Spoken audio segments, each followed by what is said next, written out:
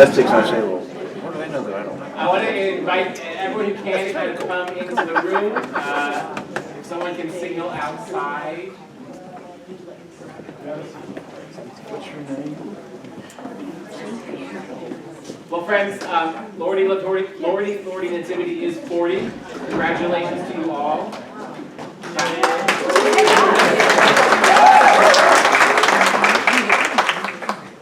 I'm really excited to celebrate this all with you, to have you all here. Before we get started, I just have to say a lot of thank yous to everyone who helped make this possible. We had a great team of people coordinating this. So if you were on that team, could you come forward? Beth, Gail, other Gail, Sarah. Any kitchen help out here? Just Sandra.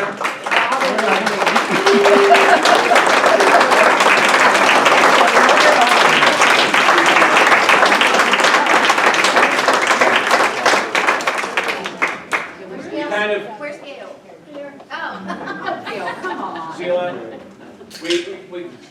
I kind of cast the vision for let's have a big 40th anniversary party for Nativity, and they said, what? But they really did a really wonderful job putting this together with the food and the drinks and the art around the walls. If you'll notice, this is kind of a ministerial timeline of Nativity's life together. And so you have different periods of Nativity's life on the walls and stories. A lot of this has come from a set of photo books that Emily Siegel has put together. Emily, where are you? Yeah!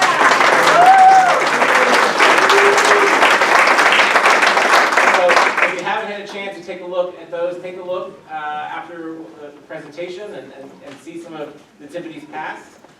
When we're thinking about Nativity's future, we have a time capsule in the back there, and would love for you to write some messages for future members of Nativity that they'll see maybe in 20 or 40 years from now as to what we were thinking the future would look like.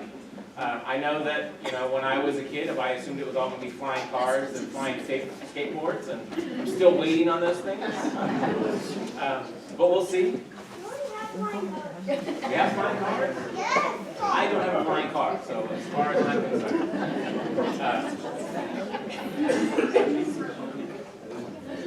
There are also, if you haven't had a chance to see, Gail Christensen has put together a really wonderful 40th anniversary book, commemorative book, if you'd like to look through, and we'll be taking sign-ups if you'd like to order a copy of that. One will be kept here at the diocese, or here at the church. One will go to the diocese for their archives, and a few others will be given out. So thank you all for being here.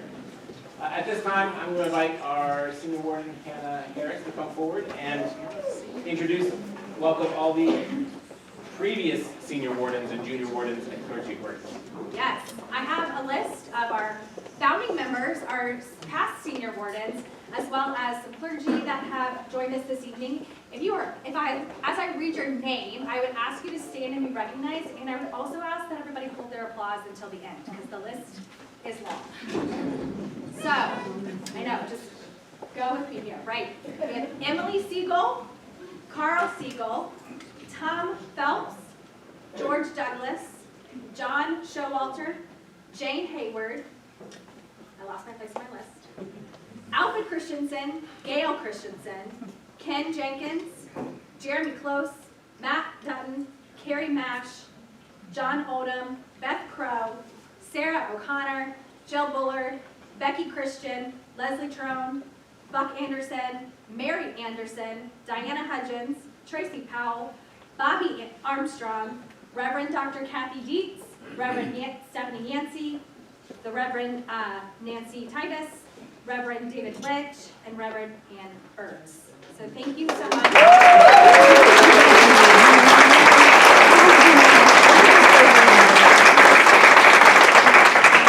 You all have given so much to Nativity over the past 40 years. We are so appreciative of everything that you have done. And we just want to thank you so much for your contributions, your time, your talent, everything that you have given this wonderful congregation and this church and this community. Back to you. Thanks.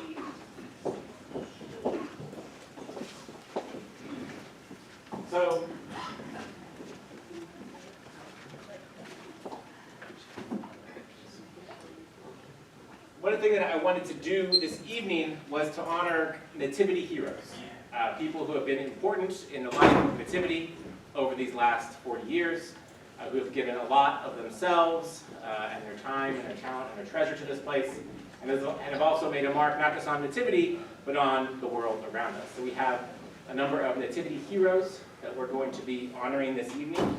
A few of them, because of schedules, are not here, but I think we can honor them anyway, if that's okay. First, 41 years ago, a small group of people looked around the community of North Raleigh and realized that there was no Episcopal church anywhere close to them.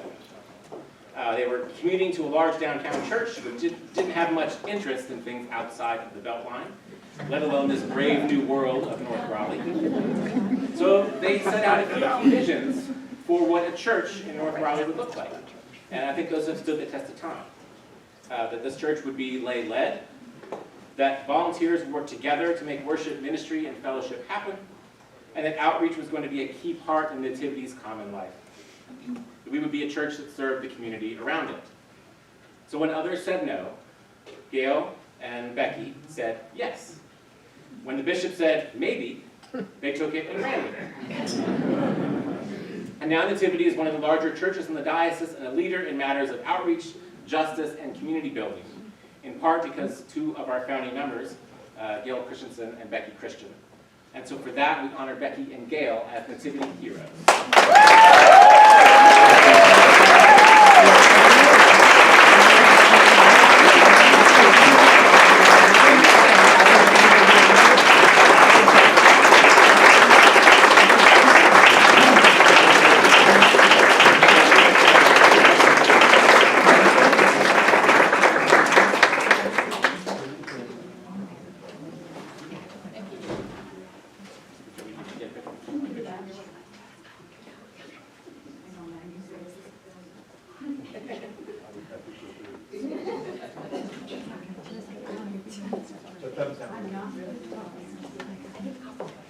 Okay. Great. Becky is not here this week. We will be sure to present it to her the next Sunday she's in church. So in addition to our founding heroes, we also have ministry heroes. Following the early spirit of outreach and serving the community, we want to honor three ministry heroes of Nativity. Peggy Wade, who is also not here this evening, has been a one-person outreach team for decades here at Nativity. She has a unique ability to connect with families in need and communities in need, help them to feel welcomed and cared for, and mentor them out of difficult situations. Hundreds of individuals and families have been assisted by Peggy Wade's leadership here at Nativity, and so many of you have contributed to those efforts as well. So for that reason, we honor Peggy as a Nativity hero.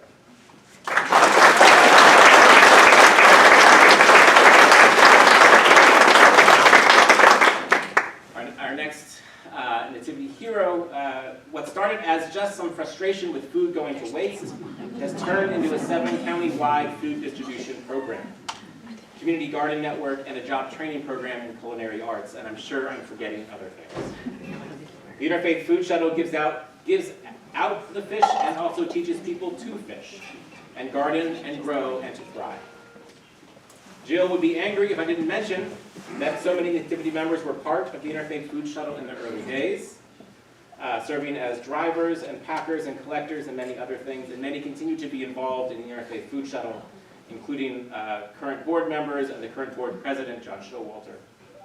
But it was Jill's vision and sweat in those early days that brought the Interfaith Food Shuttle to life, feeding hundreds of thousands of North Carolinians over the years, and for that we honor her as a Nativity hero.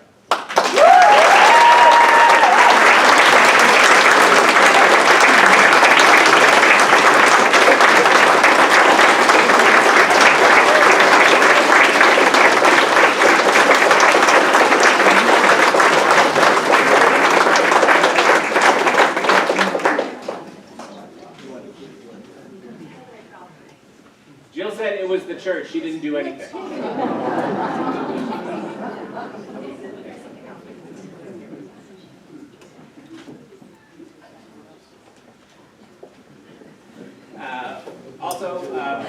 Maybe it's because we started in a gym, worshiping under basketball hoops, but children and youth have always been an important part of Nativity's story.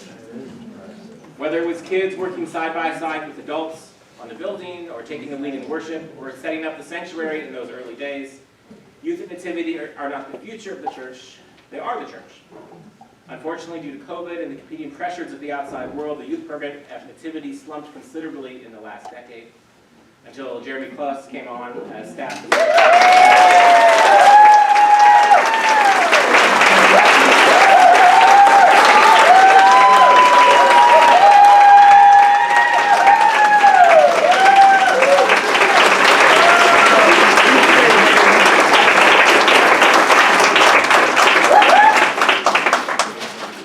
Jeremy has reinstilled consistency, theological depth, and a joy to our children and youth ministry. He continues to remind the youth and all of us that God loves them unconditionally and that they have a place at God's table. And that is not all Jeremy has done in his time at Nativity.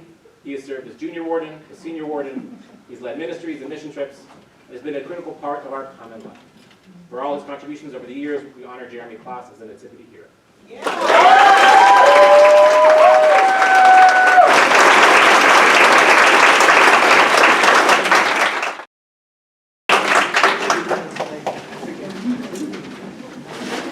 Finally, our last two Nativity heroes are our creation justice heroes. I can't bury the lead because you know who they are. Carl and Emily Siegel. My favorite Carl story is his relationship with the geese in his pond. The Siegels have a small pond on their property with fish and other wildlife, and it has become a way station for Canadian geese on their migrations. Carl likes to feed the geese, even if sometimes the geese are less interested in Carl than he might like. I believe one time Carl went out to feed the geese, and one of them found this threatening and flew over and knocked him down. That did not stop him, nor has anything stopped him from his work in caring for God's creation here and everywhere. Such as Carl and Emily's care and compassion for God's creation, they will put their very lives on the line for it. All of our creation care efforts here at Nativity, the community garden, the solar panels, the compostable everything, the zero waste church initiative, even the way we care for our grounds and spaces all have their roots in Carl and Emily's work. Beyond the fact that they have been leaders in creation justice work across, they have been leaders in creation justice work across the state and in the State House, holding businesses and elected leaders accountable for the promises they make and for continued care for creation. I think on my second day here, Carl came and sat in my office and gave me a 20-minute lecture about Duke Energy. How they were cheating us out of our solar panel power. So for that and so many other things, we honor Carl and Emily as Nativity.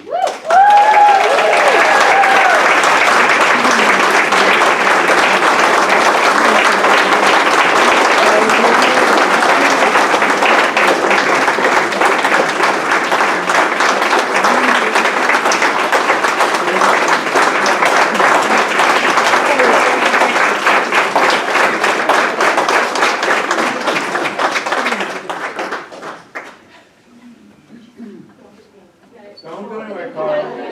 Photo op.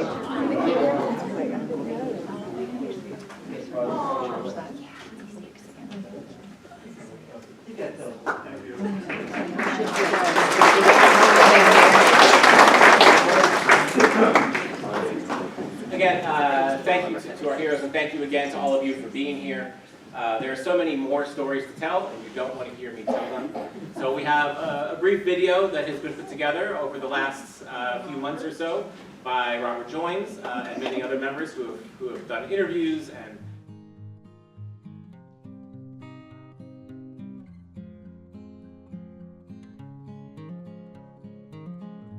We asked Bishop Estill if there were any plans for church in North Raleigh. And he said, no, I don't know how to start a church. You go out and pop up a church. And that is exactly what he said to me. Pop up a church and come back to me and I'll see what I can do. Wait, what? Me? No, not me. He suggested I contact the rectors of St. Michael's and Good Shepherd to see if they had any parishioners who might be interested in forming a church in North Raleigh, near where they lived. So I found 15 other people, and we met in November. It took that long. We met in November. with those two rectors, and we decided, okay, we're ready. We're going to form a church. So we went back to, 5 of us went back to Bishop Estill, and we said, we're here. What are you going to do for us? And he said, I will celebrate your first service, and I'll give you $2,000. It's a start. So we had our first service on December 5th, 1985, and 75 people came. And we thought, that's a good start. But now we had to find a place to meet on a regular basis. And that took time. But on January 26, 1986, we met at York Elementary School for the first time. And after the service, we had a meeting. And at that service, we changed our name from North Raleigh Mission to Church of the Nativity. We voted for that name. Now, why did we choose Nativity? Because we had been founded in Advent, or even earlier.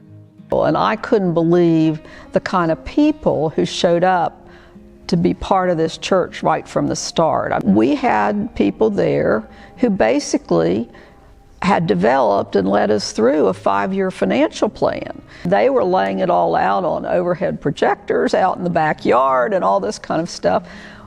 From our very first, after our very first service, they had a choir and somebody playing this organ that Gordon had given them. They had a youth group designated. They had Sunday school established. We started at York Elementary School, and then it was not air conditioned, by the way. It was the gymnasium. And so we decided we could go to Ravenscroft Gymnasium. And it was air conditioned and it was heated. And then they decided they were going to have a renovation, so they kicked us out. So then we went to Hale High School, and we met in their chapel for maybe a year. We were like the Israelites in the wilderness. We had rolling bookcases that someone in the church had made that we put our used and donated prayer books and hymnals in, and they were rolled up to the front door of the gym. And then we built this building in 1991. There were 2 groundbreakers. That's possible, but the big one was right out there under that tree. And why that tree? It represented a lot for us because before we had this church, we would have services under the tree, and the children would have Sunday school class under the tree, and the children would play under the tree. That tree was that was a rock in the middle of us. It was great. There's a little bit of history in addition to that, and that is that when they brought the bulldozers on campus to start the heavy work, Emily was concerned that they were going to harm that tree with the heavy equipment, and I think you even laid down on the ground. I did. I flung myself in front of the tractors. It was a little bit dramatic, over dramatic, but it worked. We still have the tree. Corlett Hall was our sanctuary, our nave, for the first 10 years. And we had chairs, not pews, and it also served, double served as a parish hall, which is what it is today. When the nave was originally built, there was a plan for the organ. The organ was always part of the description of this is what we're raising money for. We had the dedication of our wonderful Andover on November 16th, 2007. I think when you listen to someone who plays our organ well, I think you see God. I really do. St. Michael's was extremely helpful in those first years. But there is a misconception that we came out of St. Michael's, and we did not. We were 15 people from many, many different churches in the diocese, or no church at all, who wanted a church in North Raleigh, near their homes. So we started a church from the ground up.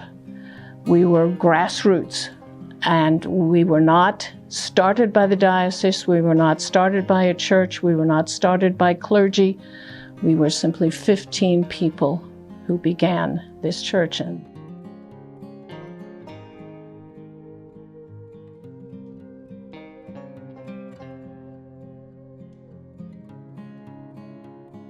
The people from the diocesan, our diocesan, asked me to be the nurse on the youth trip going to Honduras. So I packed a huge medical bag to go with me, and we went over there. We took 11 medical missions in. On the 10th one, I realized that we had trained 9 health promoters in 9 villages to take care of their village. And I had completed that training. And a whole bunch of other villages came and requested that they be trained. So I discussed it with the villagers and the 9 people that were trained.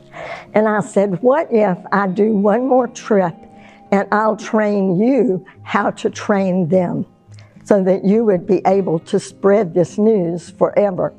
And so they invited 15 villages to send a representative and sign up. And so I had their names. So I was able to come back to Nativity. They bought all the blood pressure cuffs and stethoscopes, all the equipment that I wanted for these new people.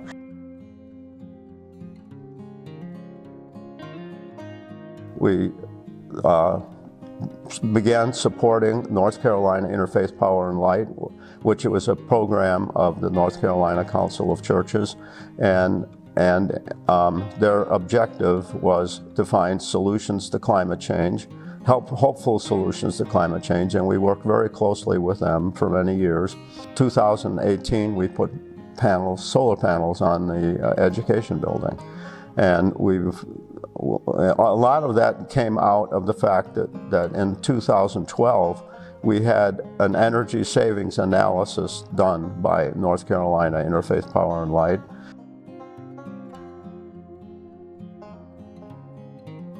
My oldest son played soccer up at REL Fields up in North Raleigh. And the other 2, Ryan and Katie, would mess around on the sidelines, as did all the siblings of all the players. And some parent would take a list of food to run up to McDonald's or a fast food and get food and bring back. And one day it was my time. And as they were putting all of this together, people on the other side of the counter threw the rest of the breakfast sandwiches in the trash.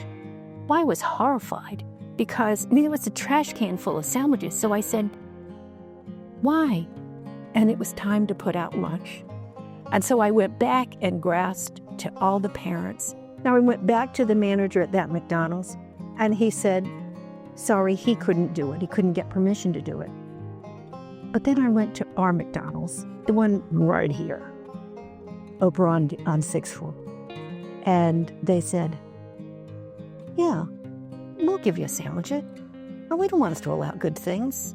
And so them from McDonald's to the donut shop down at Stonehenge, everybody started not throwing things away. And my sons and I would collect it and take it downtown. One day I was in the Bishop Curry Hall after church, coffee hour, and Carl Siegel walked up to me and asked me if I'd ever heard of EFM and thought about participating. And I had never heard of it, and I'm so glad that I did it. I had 6 really close friends come out of EFM with me from that experience, and we still stay in touch to this day. We tried to do outreach projects with the kids on the regular, and those were always such meaningful times. I always felt like it was very important to get the kids outside of the walls here and into the community, to be the hands and feet of Jesus and to look for God outside of our walls. I felt like at the heart of everything that we did here and we continue to do here with our children and our youth is that we remind them that God loves them very much. Nativity helped shape my life in that it gave me a lot of confidence at a time in my life when I didn't have a lot. I was always, kind of an outsider kid in school, and Nativity gave me a chance to be an insider.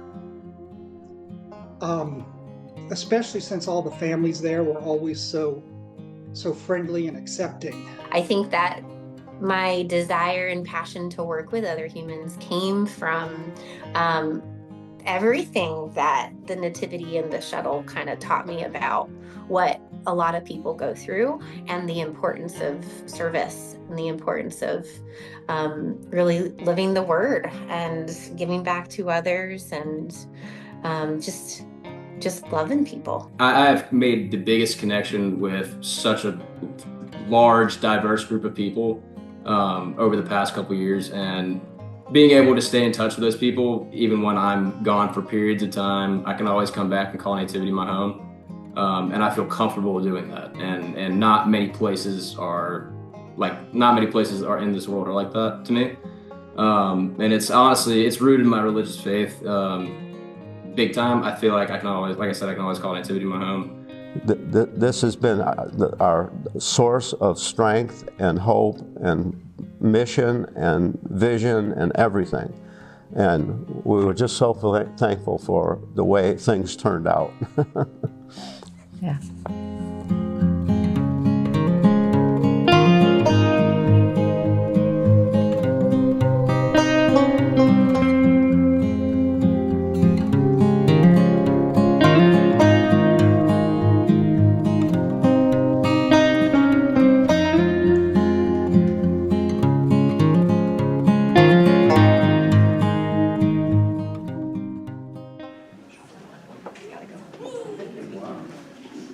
Well, thank you. Robert, where are you?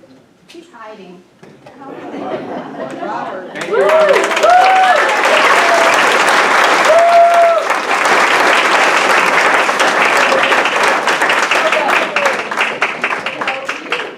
Thank you, Robert, so much for putting this together, and thank you to everybody who shared their stories. And I would just, open it up to all of you, not right now, not in your mind, open up. What does the next 4 years look like? What needs do you see in your community? What is the next Interfaith Food Shuttle, the next Creation Care effort, the next Honduras Medical Mission? What is the thing that is really on your heart, the thing you see going on that we as a community can get involved in, that you want to take leadership of, that you want to get some friends, some colleagues, some other people together to take leadership of? What is that thing that is going to be important for Nativity for the next 40 years, and how can we support you in making that happen? That's, I think, where we are as a community, what we're going to be discussing over the next few months in formation programs and adult formation and other ways to talk about what do those next 40 years look like, and I hope you'll be a part of those conversations as well. So please give yourselves another round of applause.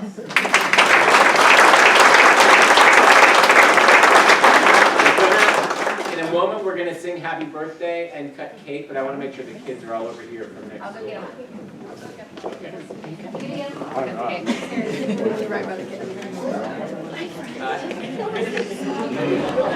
In the meantime, there may have been, because this time slot was scheduled for Michael Curry to give us inspirational words for what the future of the Episcopal Church looks like. I'm not going to try and take his place and say what he would say. But he will not be with us this coming Sunday because his schedule is full, but he will be back sometime in either March or April. We're trying to nail down a date. So we'll have 2 normal services tomorrow morning at 8:30 and 10:30. So please feel free to come to whichever one you usually come to, or the other one, or both. We'd love to see you tomorrow morning as well. And are we ready for the cake cut? Is everything in place? Ready. If I can have the cake cutters up here.